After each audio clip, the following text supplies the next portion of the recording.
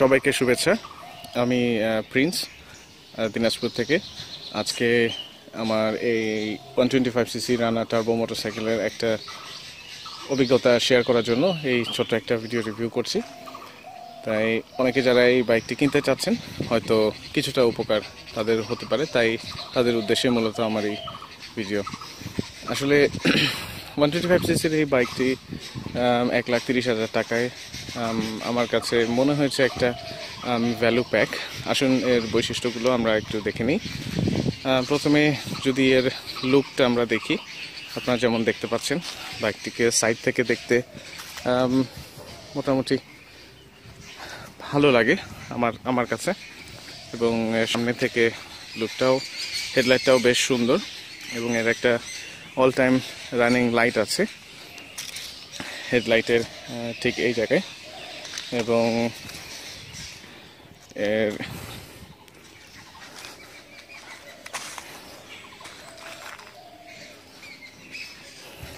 সামনের দিকে disc brake এবং পিছনের দিকে ড্রাম ব্রেক আছে, এবং বাইকটি পিছন থেকে দেখতে এরকম।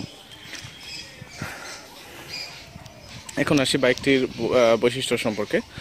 প্রথমে আসি বাইকের যে ডিসপ্লে মিটার আছে, ডিসপ্লেটা ডিজিটাল অ্যানালগ কম্বো, এবং এখানে রেভ মিটারটি অ্যানালগ, কিন্তু যে অন্যান্য বৈশিষ্ট্যগুলো আছে তার মধ্যে একটি হচ্ছে এখানে কি শাটার লক আছে, অর্থাৎ আপনার মোটরসাইকেলের যে চাবি রাখার যে জায়গাটি সেটি আপনি লক করে রাখতে পারেন, এবং এটি না খোলা পর্যন্ত আপনার চাবি রাখার জায়গাটি খোলা সম্ভব নয়। এখানে ফুয়েল গেজ, এখানে ট্রিপ মিটার, এটা ওডোমিটার। এখন পর্যন্ত 6,124 কিলোমিটার চলছে আমার গাড়ি, এবং এখানে গিয়ার ইন্ডিকেটর আছে, এবং উপরে এটা স্পিডোমিটার।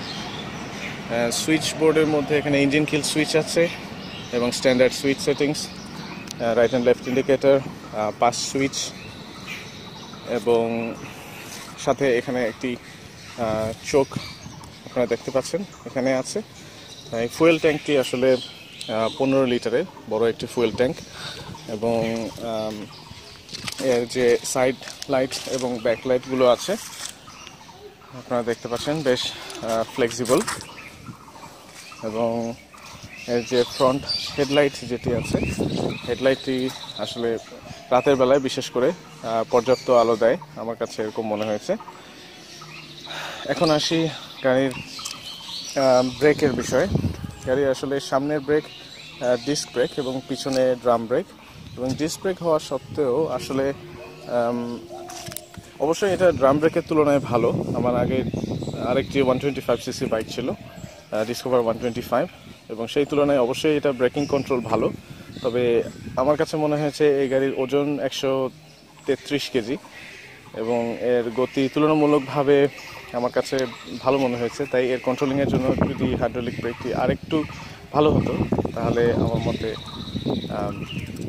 আরও বেটার হতো। এখন গাড়ির একটি কিক স্টার্টার রয়েছে, ইঞ্জিন ইলেকট্রিক স্টার্টারের সাথে সাথে, এবং এর পিছনের সাইডটি আপনারা যদি দেখেন, এর পিছনের সিটটি একটু উঁচু, যেটি আসলে পিলিয়নের জন্য একটু সমস্যা। আমি নিজে কয়েকবার পিলিয়ন হিসাবে পিছনে উঠেছিলাম। পিছন দিকটা উঁচু হওয়ার কারণে সামনে রাইডারের দিকে ঝুঁকে থাকতে হয়, এবং বেশ ঝাঁকুনি লাগে। আসলে লম্বা জার্নিতে এটি বেশ বিরক্তিকর। আমি মোটরসাইকেল নিয়ে সর্বোচ্চ 260 কিলোমিটার পর্যন্ত একদিনে চালিয়েছি, এবং কোনো সমস্যা আমাকে ফেস করতে হয়নি। প্রতি সপ্তাহে অন্তত 160 কিলোমিটার আমাকে আপ অ্যান্ড ডাউন করতে হয় একদিনে সর্বোচ্চ। এছাড়া প্রতিদিন ছোট ছোট জার্নি করতে হয়। আমার হিসাবে এই বাইকটি আমাকে যথেষ্ট ভালো ফিডব্যাক দিচ্ছে, এবং ফুয়েল কাভারেজ আমি পাচ্ছি 50 কিলোমিটার প্রতি লিটারে। প্রথম দিকে একটু কম পেতাম, কিন্তু নিয়মিত সার্ভিসিং করা হয়, এবং মোবিল প্রতি 1000 কিলোমিটার পরপর চেঞ্জ করা হয়, এবং এখন আমি আসলে 50 কিলোমিটার প্রতি লিটারে এরকম ফিডব্যাক পাচ্ছি।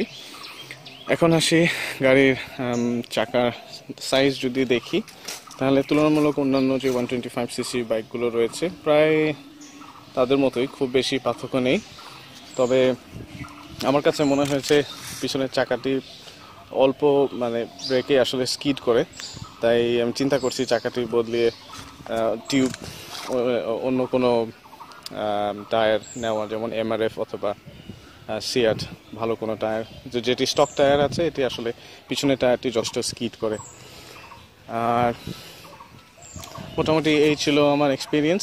আর এই গাড়ির টপ স্পিড যদি আমি বলি, এই গাড়ির টপ স্পিড আমি এখন পর্যন্ত পেয়েছি 99 কিলোমিটার পার আওয়ার।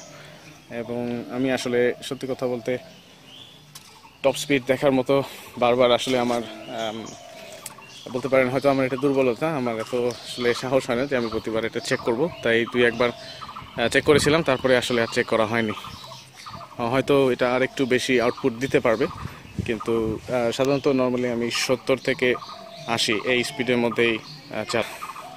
তাই যদি সংক্ষেপে বলতে চাই তাহলে এই গাড়িটির ভালো দিক হচ্ছে এটা 125cc একটা শক্তিশালী বাইক, এবং এর কন্ট্রোলিং অবশ্যই আমার কাছে যথেষ্ট মনে হয়েছে। সামনে ডিস্ক ব্রেক, পিছনে ড্রাম ব্রেক, এবং এর 5টা গিয়ার রয়েছে, একটা নিচের দিকে এবং বাকি 4টি উপরের দিকে। এবং থ্রটল রেসপন্স আমি বলবো যথেষ্ট ভালো।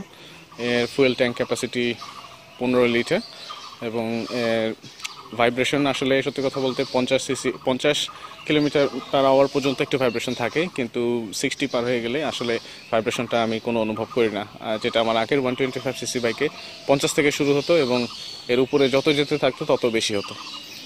আর এই টায়ার দুটোই টিউব টায়ার, টিউবলেস টায়ার না। এটা একটা জিনিস আমি যেটা মনে করি টিউবলেস হলে আরও ভালো হতো। আর